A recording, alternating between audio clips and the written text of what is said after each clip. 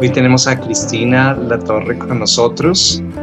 El proyecto que ha hecho es Caemba y vamos a conocer un poco más sobre este proyecto, y es un proyecto que nos interesa conocer, que nos ha gustado desde hace mucho tiempo por el enorme logro que ha tenido de ayudarle a cientos de familias a tener una casa después de la emergencia que conocemos del terremoto que ocurrió en las costas ecuatorianas.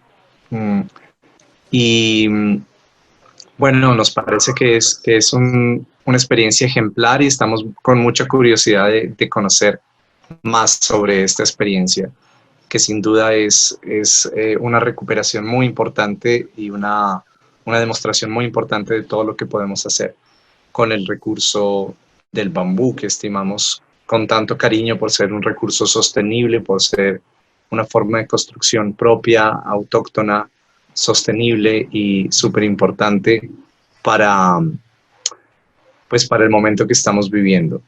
Cristina, buenas tardes. Cuéntanos cómo estás, dónde estás ahora.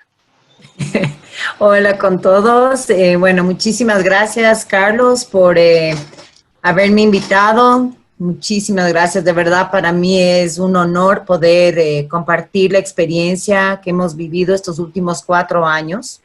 Al momento me encuentro en mi casa en Tumbaco, en Quito.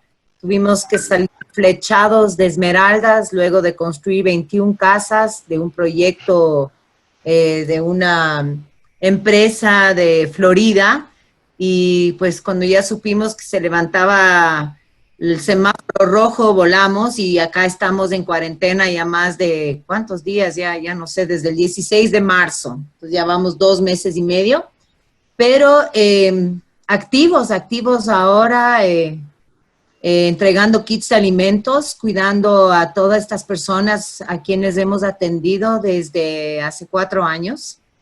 Y esperando a ver cuándo comenzamos a construir nuevamente, pero por el momento concentrados en esta emergencia sanitaria, ¿no? ¿Cuál es la situación desde tu punto de vista? Porque no conocemos cuál será la situación de esta población a la que tanto has ayudado en las costas ecuatorianas. ¿Qué está pasando ahora con la página de la Villa Permacultural que compartí? Está bien, mamona. A ver, en el tema del COVID, pues yo, la verdad, te voy a ser muy franca.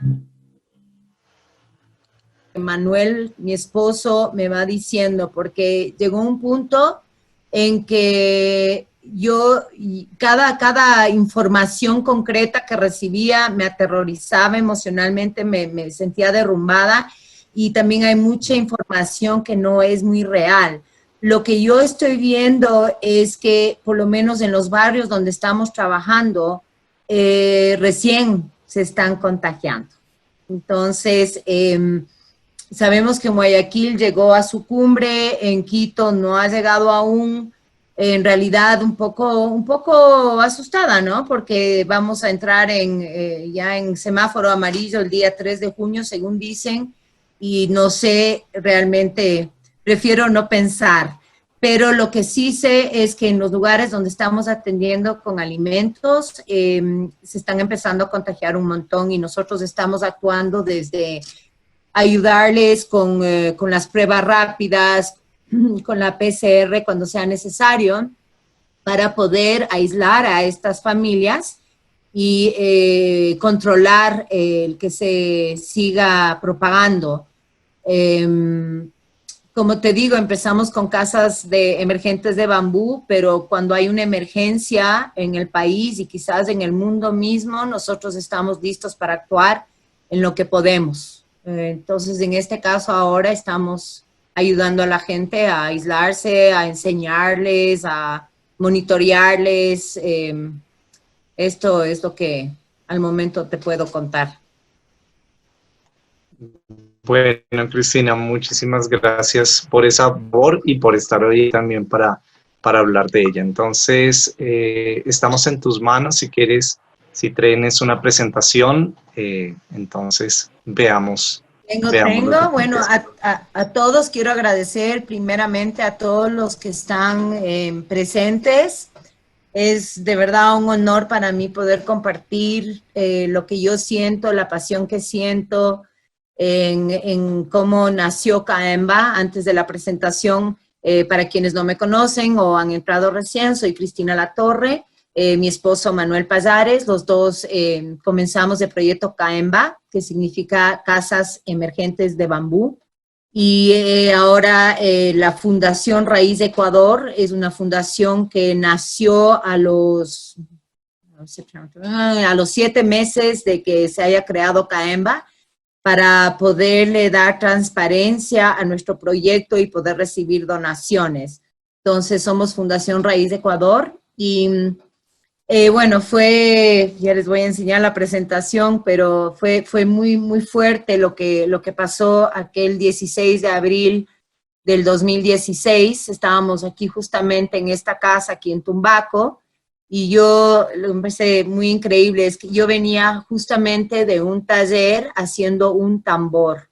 Estaba construyendo un tambor en un taller que duró desde las 8 de la mañana a las 6 de la tarde, 6:30 que regresé, y estaba poniendo mi tamborcito de cuero a secar en un baño que estaba con claraboyas, que sabía que en la mañana al recibir el calor del sol se iba a secar perfectamente bien cuando empezó a temblar.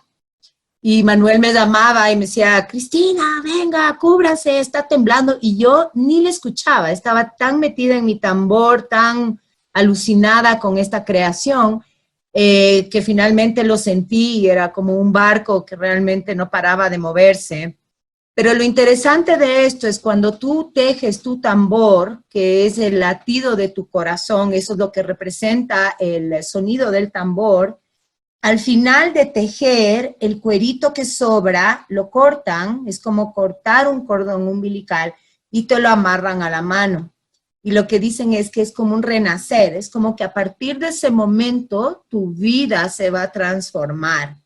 Y mi vida se transformó literalmente a la hora de haber terminado de tejer mi tambor. En ese momento nosotros llamamos a Esmeraldas, donde tenemos un hotel de la familia, para mirar a ver qué había pasado cuando nos enteramos que el epicentro había sido en Esmeraldas. Gracias a Dios, el hotel perfecto, habían algunos clientes, todo bien, pero el administrador tenía su familia en Chamanga, donde fue el epicentro. Entonces, en ese momento supimos por él al siguiente día que ya hubo comunicación que el 70% de las casas se habían derrumbado, es decir, todo.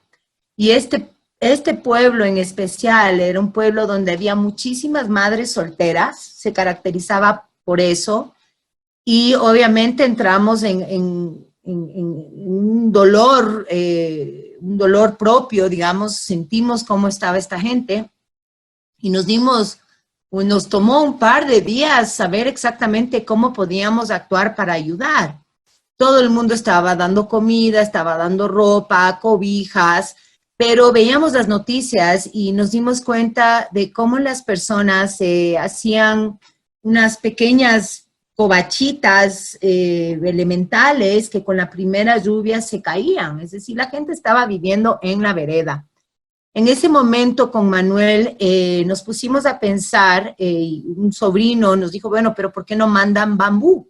Dijimos, a ver, o sea, mandamos bambú, pero la gente no sabe construir. Uno a veces piensa que la gente sabe hacer las cosas, ¿no? Improvisar, pero la gente en ese dolor, además, en esa frustración, no iba a poder parar realmente ni un palo. Y si lo hacía, pues se le volvía a caer.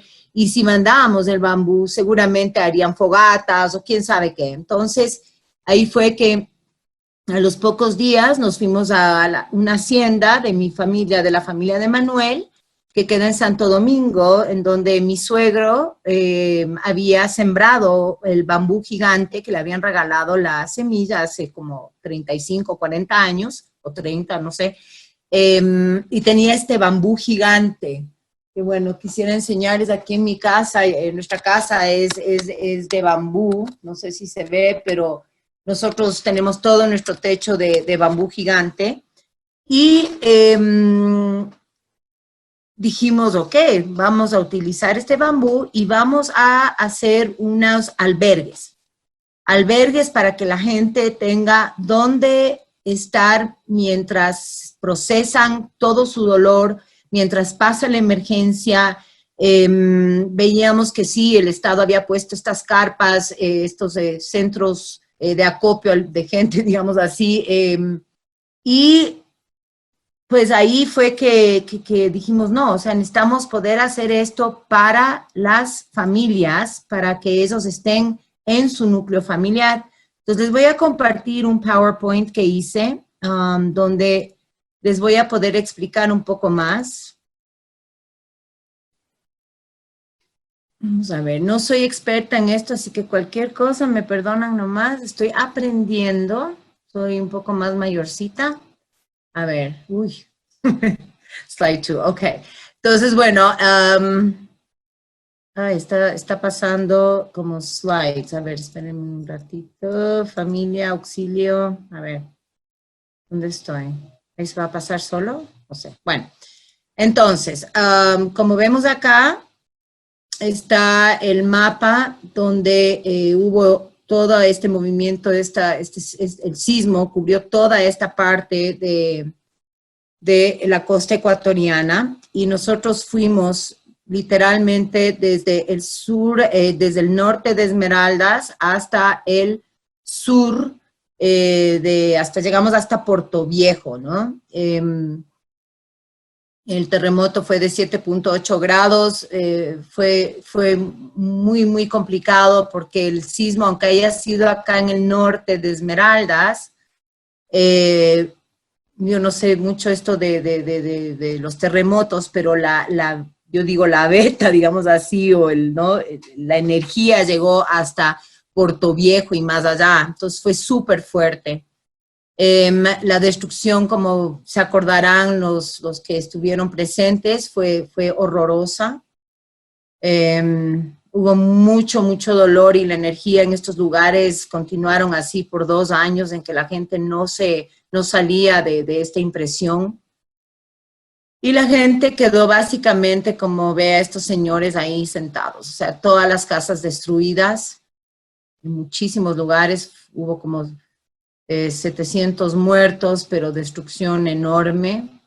Y estas son estas pequeñas techitos que la gente armaba, que con la primera lluvia se llenaban y colapsaban, ¿no? Entonces, es así que al ver que la gente no podía improvisar un refugio, nosotros decidimos comenzar a diseñar algo simple. En lo simple está lo maravilloso, no necesitamos complicarnos y quizás una de las, digamos, lo que nos permitió a nosotros actuar rápidamente era justamente quizás no ser arquitecto, porque de alguna forma no teníamos que pensar tan profundamente para poder actuar. Lo que mi esposo Manuel siempre dice, nosotros no somos un think tank, sino un do tank. Entonces no pensamos, sino que hacemos. Y obviamente algo de pensamiento hay por ahí, pues para que podamos hacerlo bien y no les colapse encima un albergue de bambú. Entonces, si se fijan acá en esta foto, bueno, era una estructura muy simple, tenía básicamente 9 pilares, digamos así, pusimos estas latillas encima y luego lo que hicimos, esta es la estructura que pueden ver acá, esto nos dibujó Mario. A ver, espérenme un ratito.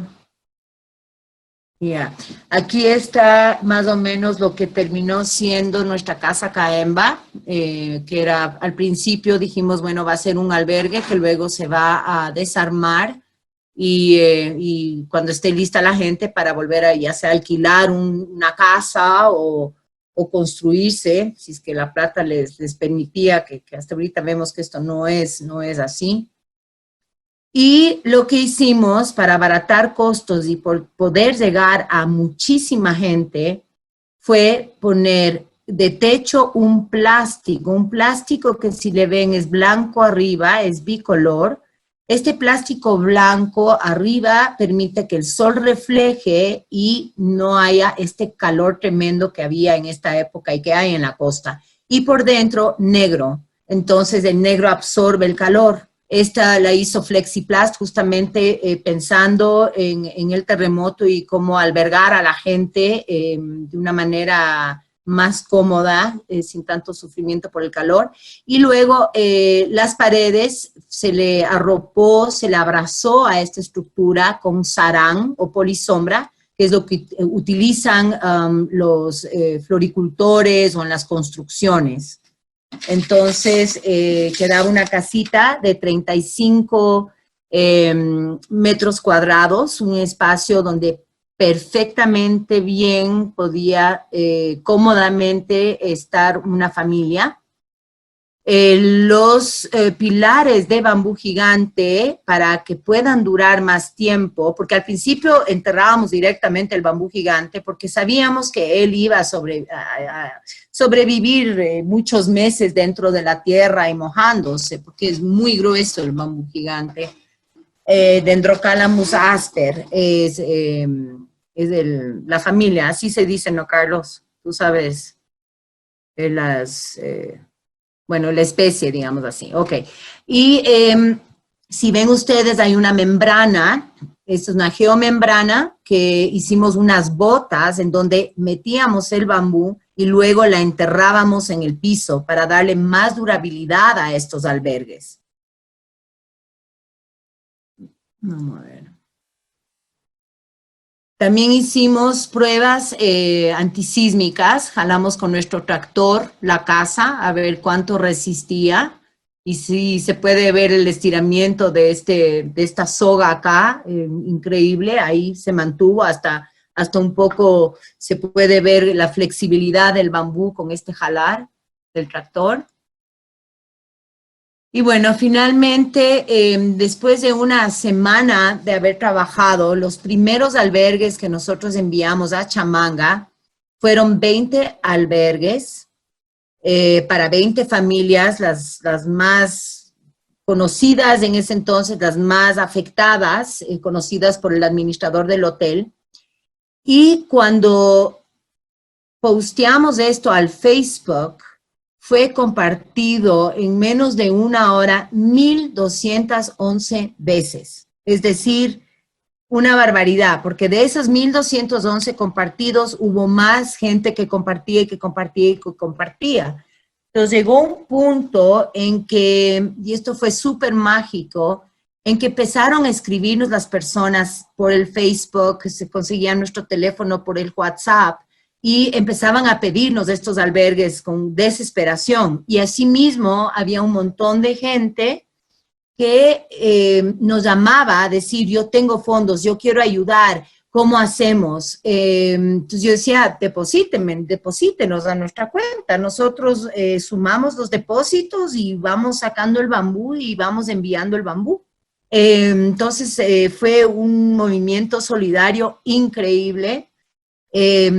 Empezamos a, de alguna forma yo fui la encargada de toda la parte logística de Caemba, en el que yo me contactaba con el líder en el campo, la persona que me llamaba con la necesidad, me contactaba con toda la gente que quería donar, hacía yo la suma de la plata que habían donado más los costos de logística, de sacar el bambú, de los operarios, etcétera, y empezaba a encajar todo. Conseguimos a los técnicos que nos ayudaban pues a construir, que fue muy mágico también porque a estos chicos que ahora son nuestros constructores, los habíamos conocido cuando tenían 8 años, es decir, 15, 18, 20 años atrás. O sea, eran niños cuando les conocimos porque su padre cuidaba un pedazo de tierra que teníamos nosotros al sur de Esmeraldas.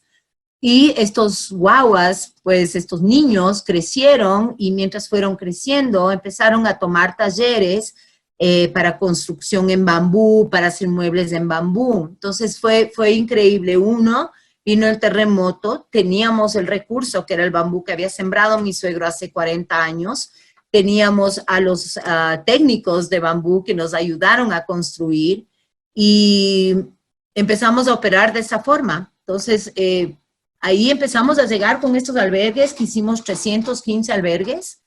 En noviembre de ese año vimos que necesitábamos concretar una fundación, porque obviamente Manuel y yo no queríamos recibir plata ajena como sociedad civil, como personas privadas. Entonces ahí empezamos pues a pensar en hacer la fundación, que se llama Fundación Raíz Ecuador. Había estado en trámite una época sin nombre, pero le pusimos nombre.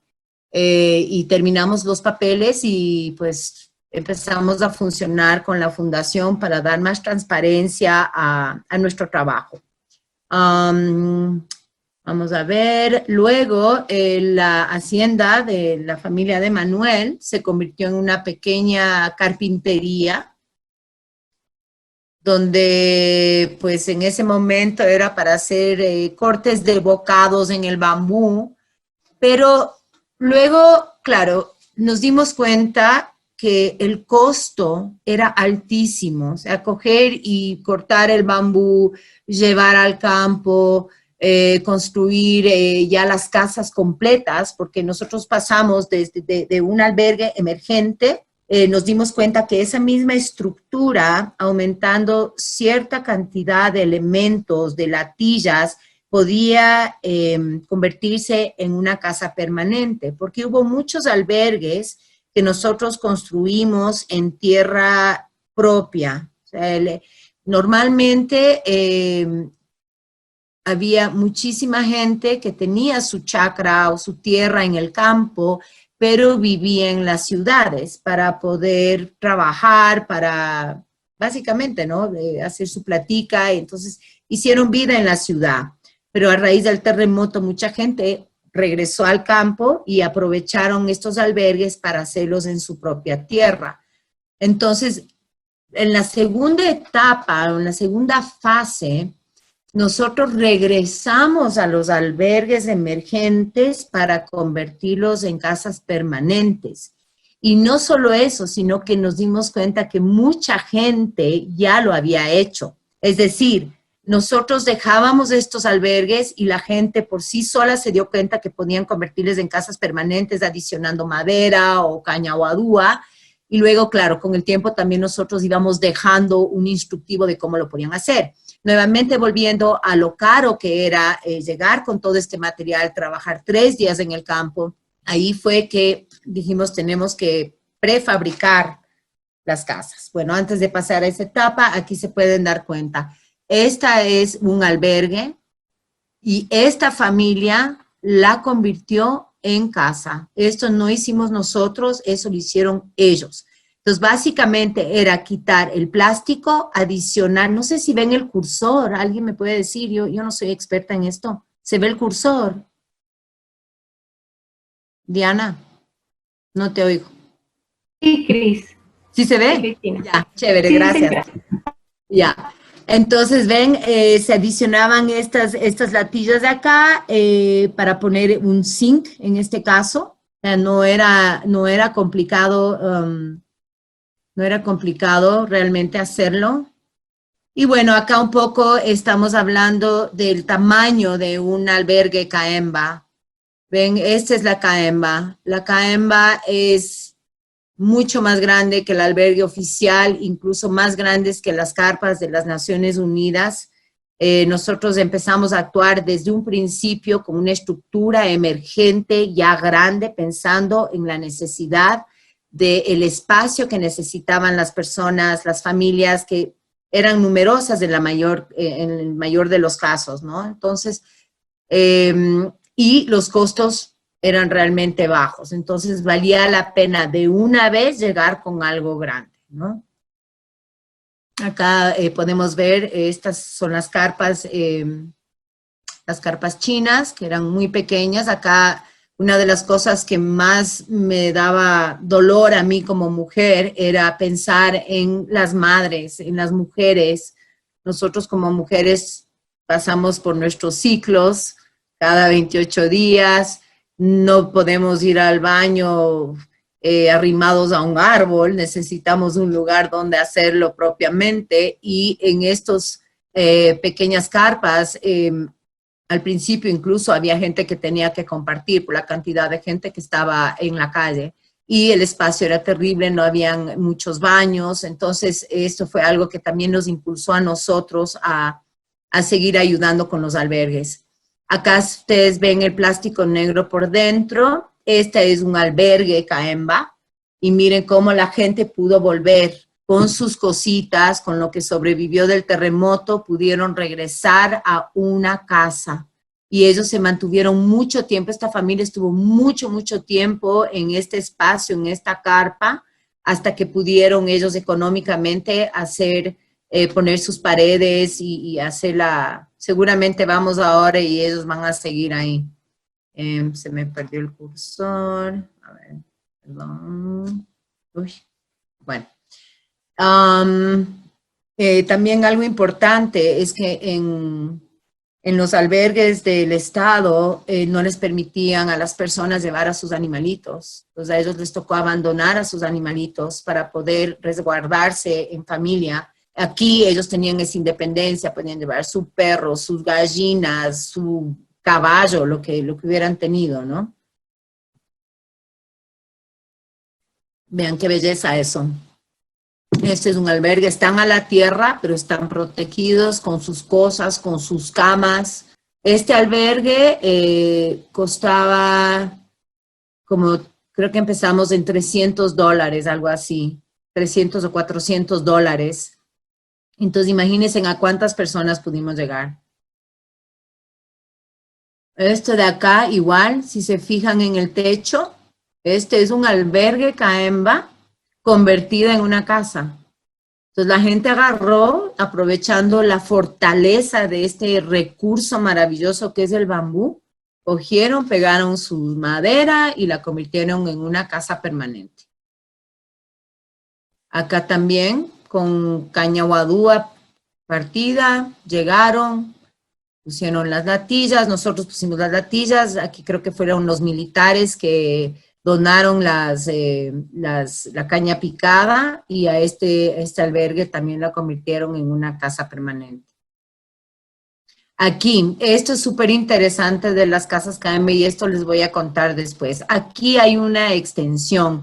Lo lindo de estas casas es que el punto, la pared más alta es de 2,40 metros. Los laterales tienen 2,40 metros de alto, lo que les permite extender su casa. Y no sé, arquitectónicamente creo que son 10 centímetros que uno se puede bajar para coger y sacar y salirse un poquito y expandir su casa. Entonces tienen acá una expansión de 2 metros. Creo que es la cocina de esta casa, me parece que tengo por acá la foto donde muestra, esta es la cocina. Entonces esta mujer, esta familia se amplió 2 metros en su casa Caemba para poder hacer su cocina, y esta pared que ustedes ven acá es lo que les permite a ellos pues tener privacidad de sus cuartos. ¿No? Acá está otro cuarto, la gente respira, es un calor tan tremendo. Al principio acá ya tenemos techos de zinc, ahora ya no usamos zinc porque ya vemos que esta gente pues no tiene dinero, no va a tener, es muy complicado para ellos.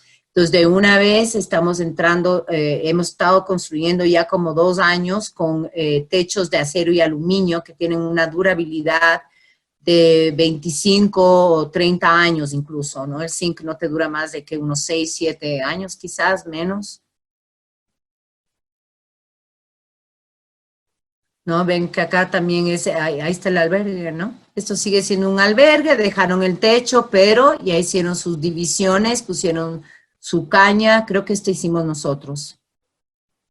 Acá también vino la situación de lluvias, de lugares que se inundaban, entonces dijimos, ok, acá vamos a hacer albergues, pero semielevados. Esto es en la isla de Muisne, es cerca a los manglares. Entonces ellos, cada subida del agua se inundan, entonces para ellos no podíamos hacer los albergues que estábamos haciendo en otros lugares.